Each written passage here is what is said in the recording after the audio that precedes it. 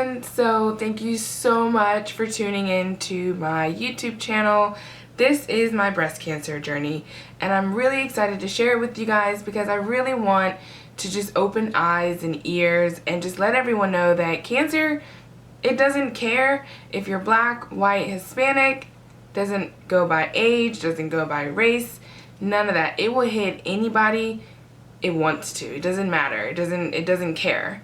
So I'm really here to just share my breast cancer journey with you guys and just give you a little insight of how I handled it and what I'm still handling and what I'm doing and things like that. So let's just jump into it.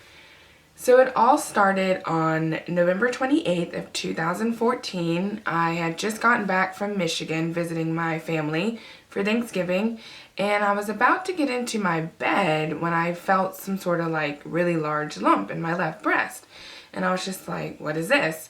So it was late, so I didn't want to call my mom because I was living in LA, so it was way later in Atlanta, and I was like, I'll just wait till tomorrow. Unfortunately, that was her birthday, but I just wanted to call her.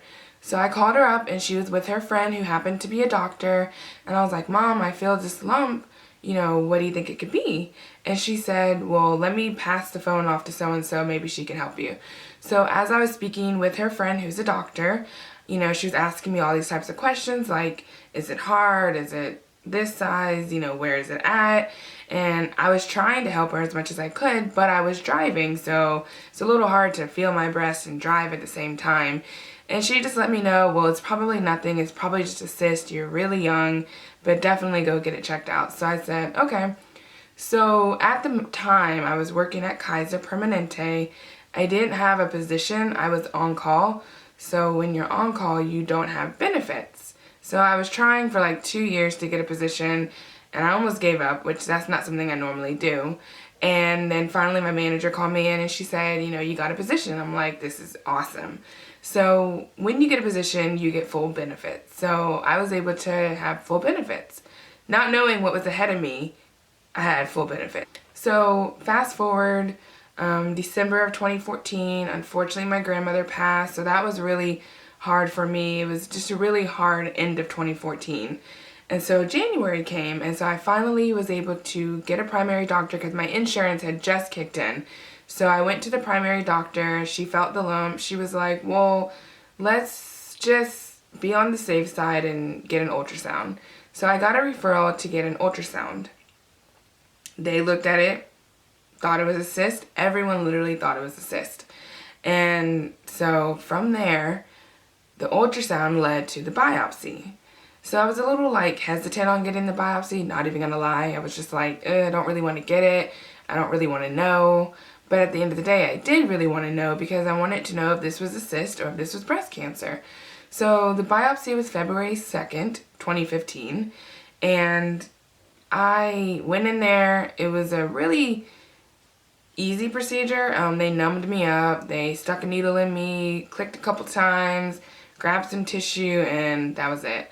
And it didn't really hurt because they numbed me up, so that was good because I don't like pain. So a few days later, they had called me back, and they had actually called me from the biopsy, which was on the 5th of February 2015, and I was at work. I work a 2 to 6 shift, so it was a little later in the afternoon when they had called me, but I wasn't able to answer because I was working, so they left a voicemail. So on the voicemail, the doctor was like, hey, Miss Norris, just want to give you the results of your biopsy. It's not really looking pretty good, but I don't really want to give bad news over the phone, so if you just can call us back, that would be great. So I called back. The doctor's nurse, her name is Florence, she picked up, and at the time I didn't know who she was, but later on I ended up getting to know who she was. She called me, and I called her, and she said, hey, Miss Norris, just want to let you know that the biopsy results came back and you have cancer. And I said, cancer? Like, real cancer? Nah. And she was like, yeah, you have breast cancer. And I'm like the breast cancer? And she said, yes, the breast cancer. And I was just like, okay. I didn't really know what to say. I was really just kind of listening to her tell me everything, just womp womp, really just okay. And she asked me if it was family history, and I said yes, on my dad's side. A couple of my aunts had it. One had, unfortunately passed away, and the other one, she just had her surgery. So yes, it does run in my family. And she was like, okay, well, we just want you to come in. When can you come in to talk to the doctor? And I was like, I really don't know, because I'm still just kind of processing this, so I can call you guys back. So I'm at work, not even thinking about work, and I call my mom immediately. She doesn't answer the phone. I'm a little nervous because she normally answers the phone. So I just kept calling and kept calling. She didn't answer. So I was like, okay, let me call my dad. So my dad was the second person that I called. He had already gone through it a couple times with his sisters, so he kind of was a little familiar with it. And he was just talking to me, and he didn't really know what to say. No one really knows what to say when you tell them that you have breast cancer, because it's almost a shock. So he was just talking to me, kind of trying to just calm me down, and I wasn't really hysterical, so I shouldn't really say he was trying to calm me down, but he was just kind of talking to me calmly.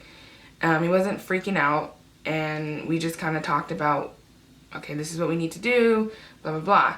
So I called my sister, and she said the same thing. She's just like, we're going to beat this, we're going to do this. I don't remember 100% what the conversation was, because that was a year ago, but I just know the order that I called people in. I went back to work.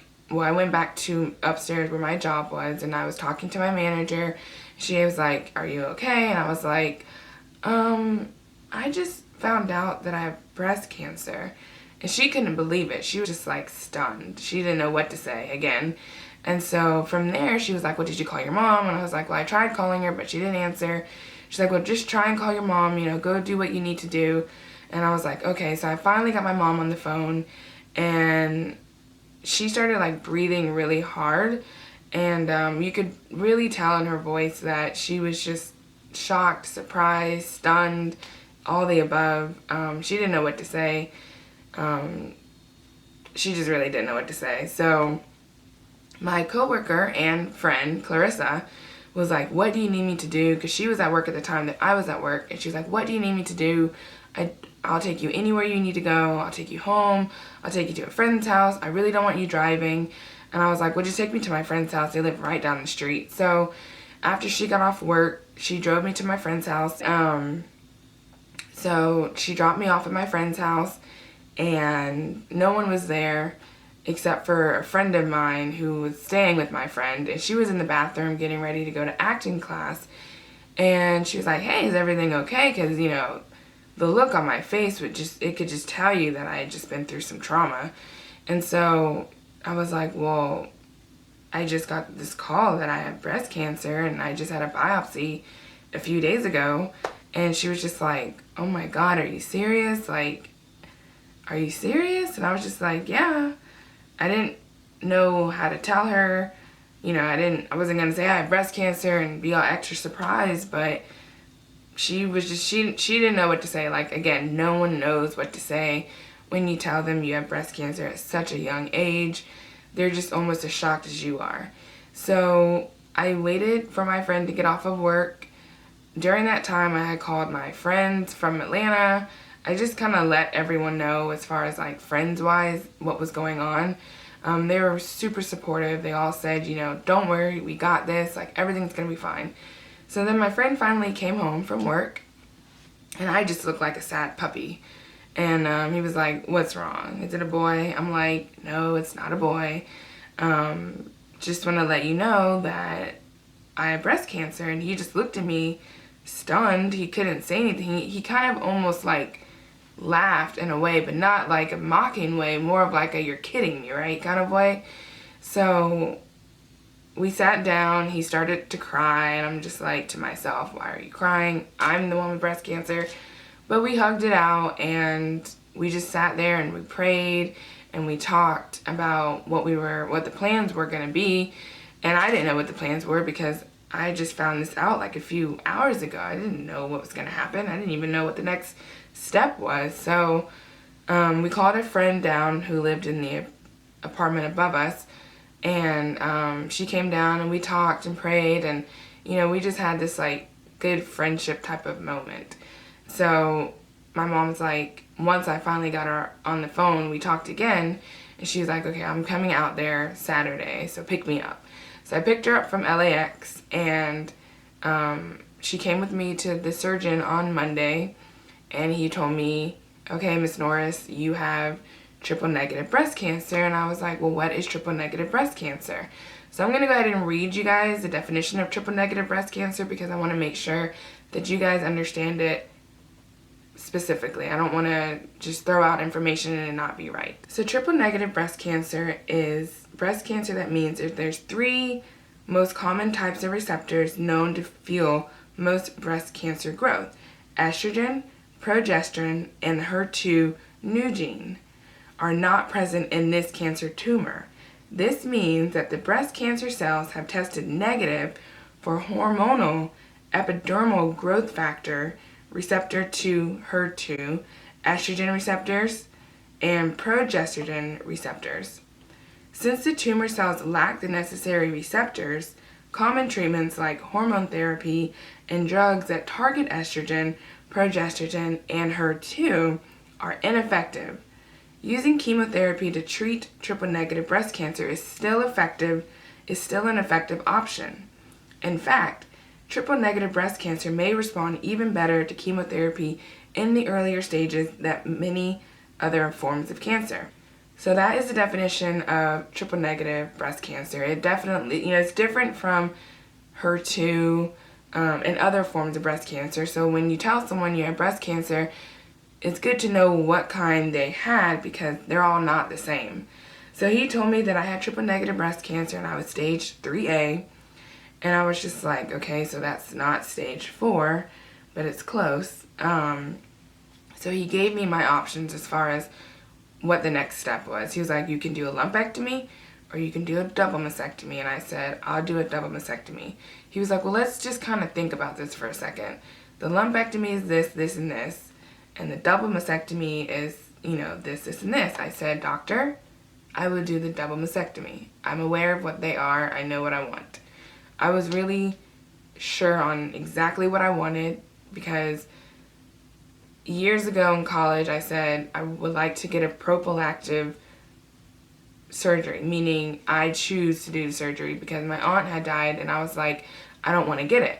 But I never ended up getting the surgery because I didn't even know how to go about doing it. So when I actually got diagnosed, I said, double mastectomy, please. So he said, okay, let's go ahead and schedule. When do you want to do this? And I was like, sooner the better. So they actually didn't have any openings until March. So for the month of February, I was just kind of letting everything sink in. I was just kind of, going about my normal day, going to work, hanging out with friends, trying to get the papers together to take off of leave from work. So the surgery was March 11th, it was a Wednesday, and my last day at Kaiser was Monday the 9th. My coworkers had this really, really nice going away party for me set up, and I thought it was super cute because I've never really had a party thrown for me, so I just was really thankful that they got together and they did it. So the surgery was on the 11th. My aunts came in to help my mom out. They came in on the 10th, and I actually had a little going away party on the same day, the 10th, because I wanted to get my friends together so we could all kind of hang out as a last resort in a way, or a last hurrah, because once I knew the surgery was going to happen, everything was just going to happen so fast after that, and I would not have time to hang out with my friends or see anyone because I'd be recovering. So I just thought that it would be good to get everyone together while I was still a girl. So we did that, and it was a lot of fun. Shout out to my friend Simone, who just really put everything together. She was really nice to have it at her condo, and it was just super sweet of her. So March 11th came, and that was surgery day. I don't like surgery. I'm just going to throw that out there. I don't like it. I don't like being put to sleep because I'm always afraid that I may not wake up. I watch a lot of TV, so that's probably why. So the surgery came. It was a success. I didn't even look at my breasts that weren't there anymore because it was so painful that I didn't even look. I had a hospital gown on and everything. But when I did actually look down and see that I didn't have any more breasts, I wasn't as shocked as I thought I would be. I thought I was gonna like bawl out crying and be hysterical, and I just wasn't. It's just really funny because up until now, I never did bawl out cry. I never have just hysterically cried at everything that's happened because that's not me. So after the surgery, the doctor introduced me to a fertility doctor at USC, and they introduced me to her because when you're young and you haven't had kids yet, they really want you to preserve your eggs because chemotherapy is so harsh that it can really mess up your eggs. So you really want to preserve your eggs because, again, chemotherapy messes up your reproductive system.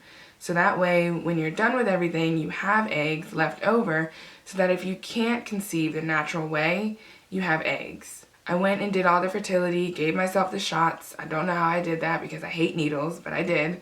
And funny story, the egg retrieval was Easter weekend. I thought that was really cute because Easter, bunny, eggs, cute. Anyways, so after the surgery, we went to Florida to kind of have like a last like vacation before everything went down. So May came, and that was the month that they had set me up for chemo. I did not do chemo until May 11th. I had my port put in the Friday before Mother's Day, and the day before chemo, I literally had a panic attack because I realized tomorrow is the day that I start this really long journey. I don't know when it's going to end. I don't know what's going to happen. I just don't know, and it's really hard to not know what's going to happen ever. So I was like having a panic attack. I had to call my dad. My mom had to come in and just kind of like let me know everything's going to be okay. So that was kind of like a shock. I didn't think I would have such a panic attack, but I did. So the first day of chemo was here. The drugs that I was on were Taxol, Taxol, Adriamycin, and Cytoxan, TAC. That's not a combination that is easy. Like, that is some harsh drugs right there. Pretty much after my first round, I ended up in the hospital for colitis because all three of those drugs together really messed up my stomach. I did not get sick, like nausea-wise. I barely vomited. They did give me nausea medication. I did take it, but I still didn't throw up or anything like that. I was able to actually eat all the food that I was ever able to ever eat. That's really surprising because a lot of people, they don't have an appetite. They just don't eat. But me, I was eating everything. Like, give me whatever, I'm gonna eat it. They told me I couldn't eat fresh fruit and vegetables, so that kind of like upset me. So I had to eat like frozen fruits and frozen vegetables, and you would think that they would want you to like eat healthy, but you have to remember your immune system is really, really low and compromised. So you don't want to go buy fruits that someone else's hands have been touching, because then the bacteria from their hands may get ingested in you, and then you end up sick because your immune system can't fight it off. So that was the main reason why I wasn't able to eat anything fresh. So that was May. June, I again ended up in the hospital because I just kept having stomach issues. Like, the Adriamycin just really messed me up. I ended up in the hospital the second time, either for constipation or dehydration. I'm not sure which one. All I know is that I was again in the hospital for the third time after my third round for either constipation or dehydration. I think it was constipation. I'm not sure. So they made me stay in the hospital until I pooped, pretty much. I know it's a little graphic, but that's cancer. So July came, and that was the first time that I actually felt really, really sick. It was 4th of July weekend. I had just had my treatments, and I was super sick. I was throwing up all over the place. Like, I just couldn't stop. I'd eat this, thinking that it would help, throw it up. I eat that, thinking that would help, throw it up. But I ate steak and a hot dog for dinner on 4th of July and I didn't throw it up. So I don't know what that was about, but it was just really strange. You just never know, like, your body's weird. I had applesauce and I threw up, and I had chicken noodle soup and I threw up, but then I'm eating steak and hot dogs and I'm not throwing up, so that's just, I don't know. August came and we actually switched oncology doctors because the one that we kind of had to tell her what to do, and I'm just like, I didn't go to school for this, you did, so I'm gonna need for you to do your job and tell me what to do, not me tell you what to do. So we got another doctor, love her to death. I feel like she literally has saved my life, because if it was up to the other doctor, I don't know where I'd be right now. Honestly, I probably wouldn't be here because she just was, I don't know. She's a good doctor, but for my case, because it was so rare, she wasn't the one.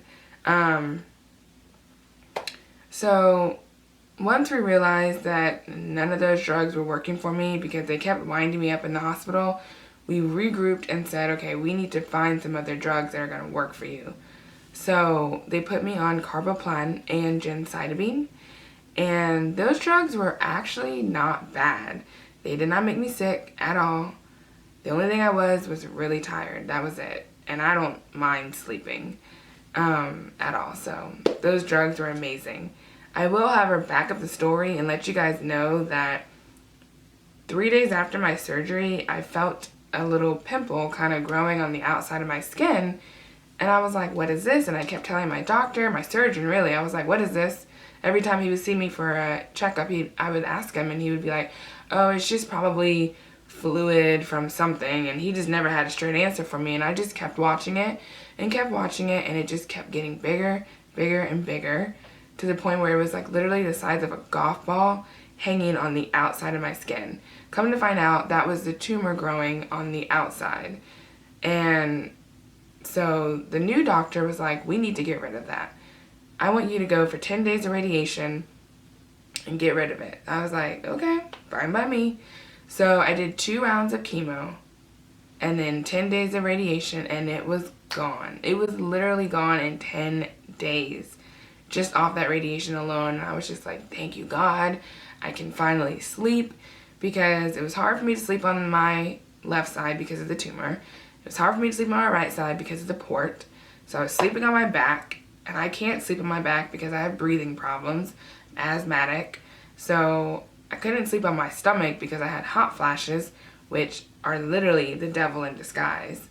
And the reason why I had hot flashes was because they gave me a shot called Lupron to kind of quiet down my reproductive system so that the chemo wouldn't affect it too much. So I could possibly one day have kids. Even though I did get my eggs removed, some of them, they still wanted to protect me even more. So that was really nice. So after the 10 days of radiation, I did 2 more rounds of chemo, because the radiation doctor actually wanted to do 5 whole weeks of radiation, but my oncologist was like, well, let's just get some more chemo in her.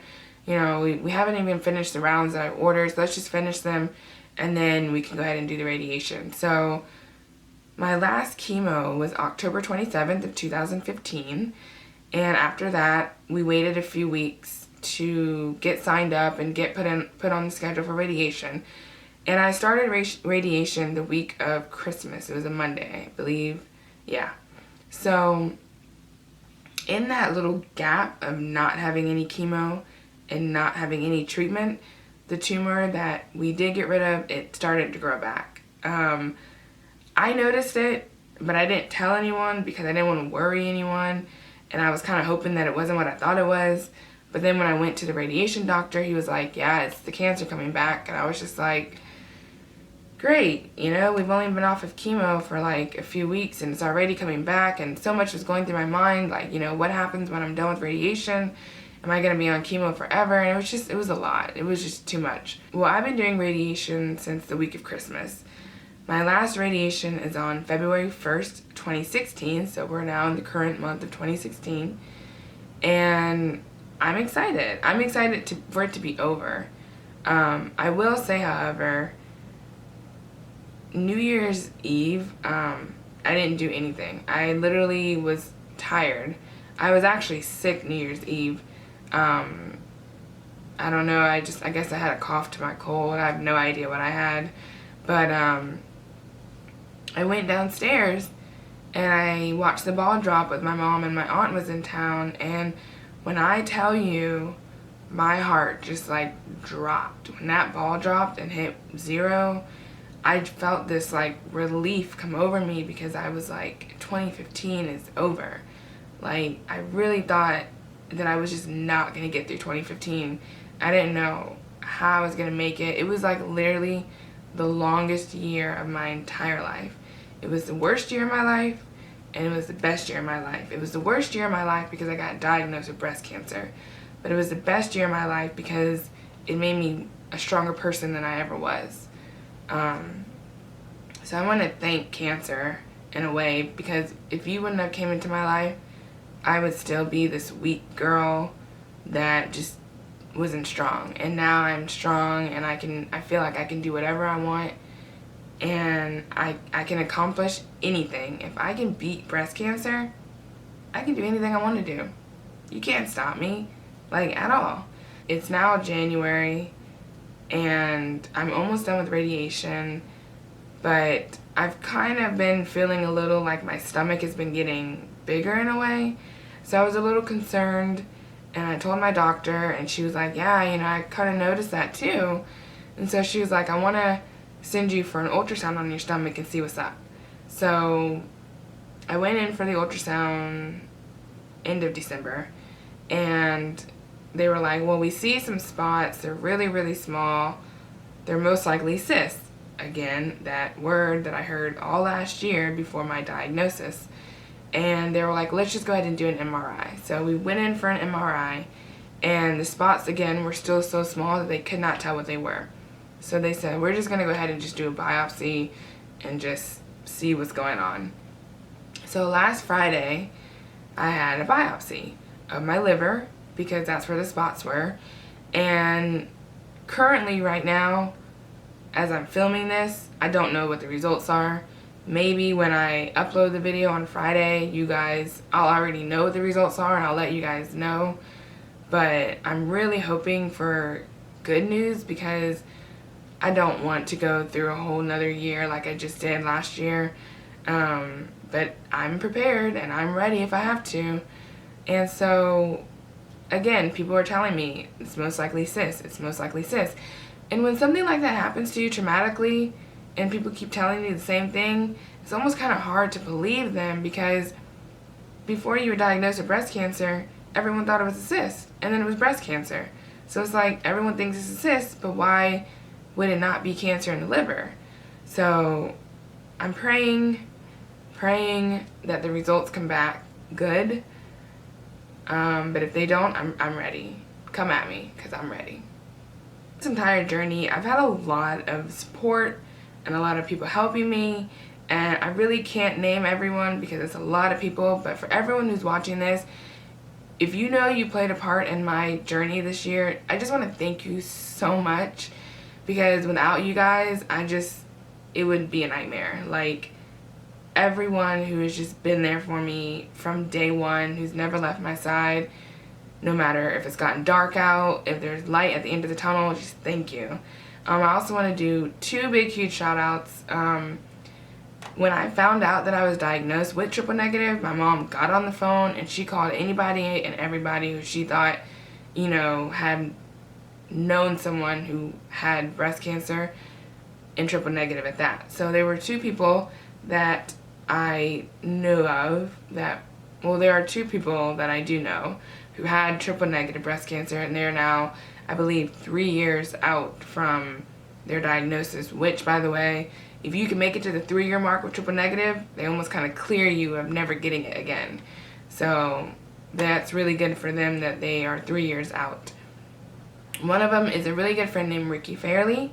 I really hope I'm not saying your last name wrong, but she is just amazing. She has literally been my mentor through everything. She'll come down here and just hang out with me, or she'll go to lunch with me, or we'll just talk on the phone, and if I ever need anything or need to ask her anything or just kind of vent to her, she's there. And a special shout out to Dr. Jackie Walters, who is a really good family friend of ours, who's been a family friend of ours for a really long time. And she actually has a foundation called 50 Shades of Pink. This was a really cute bag that she presented me with, and it had a lot of goodies in it, and it was a really nice bag because I was able to take it to chemo with me and kind of keep my things in it. So big shout out to 50 Shades of Pink. They are awesome. I will link their information down below so that you can go on their website and know more about them and everything that they do, because they're awesome. They believe in looking really pretty when you're going through trials and tribulations, because you feel your best when you're pretty. So I just want to thank everyone for just tuning in to my breast cancer journey. I knew that I had to get through a lot, and I wanted to tell you guys everything, and I'm going to keep updating you on my breast cancer journey because it's not over yet. I'm still doing radiation, still got to find out about the biopsy. I don't know what's going to happen on the next PET scan, but you guys are here with me, and I'm excited because I really want to share my journey with you guys, because I want you to understand what it is to have breast cancer. And for anyone who else has breast cancer out there, or who knows someone who has breast cancer, we are literally all in this together. Like, I don't care if you're 21 to 71, we're all in this together, and it's almost kind of like a little sisterhood, that we all have this common thing. Whether I have triple negative or that person has HER2 or another type of breast cancer, we all have breast cancer. No breast cancer case is the same. I'm really excited about this YouTube channel.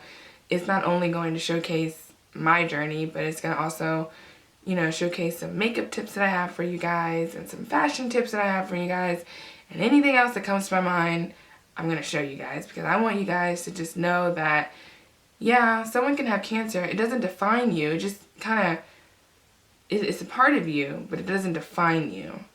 And I want you guys to know that even if you have cancer, you're going through trials and tribulations, you can still live a normal life regardless. You don't have to be shut in your house, depressed, or anything like that. Just live. Like, that's all you gotta do, is just live. So I'm really excited to share this video with you guys. Again, thank you so much. Please subscribe. It would mean so much to me, because if I could just touch 1%, that would be great. So yeah, so follow me on Instagram, follow me on Facebook, follow me on Twitter. Any questions you want to ask me, leave them in the comments below, and I will get back to you guys with any questions that you have. I am not the type of person that doesn't like to share information, because knowledge is power, and the more you know, the better you can be. And if I know something that you may not know, I am going to share it with you, and vice versa, because I feel like as human race, we need to help each other out. So that's how I feel. But yeah, thank you guys again so much for watching my channel, watching my videos. Just thank you again. And I will talk to you guys later.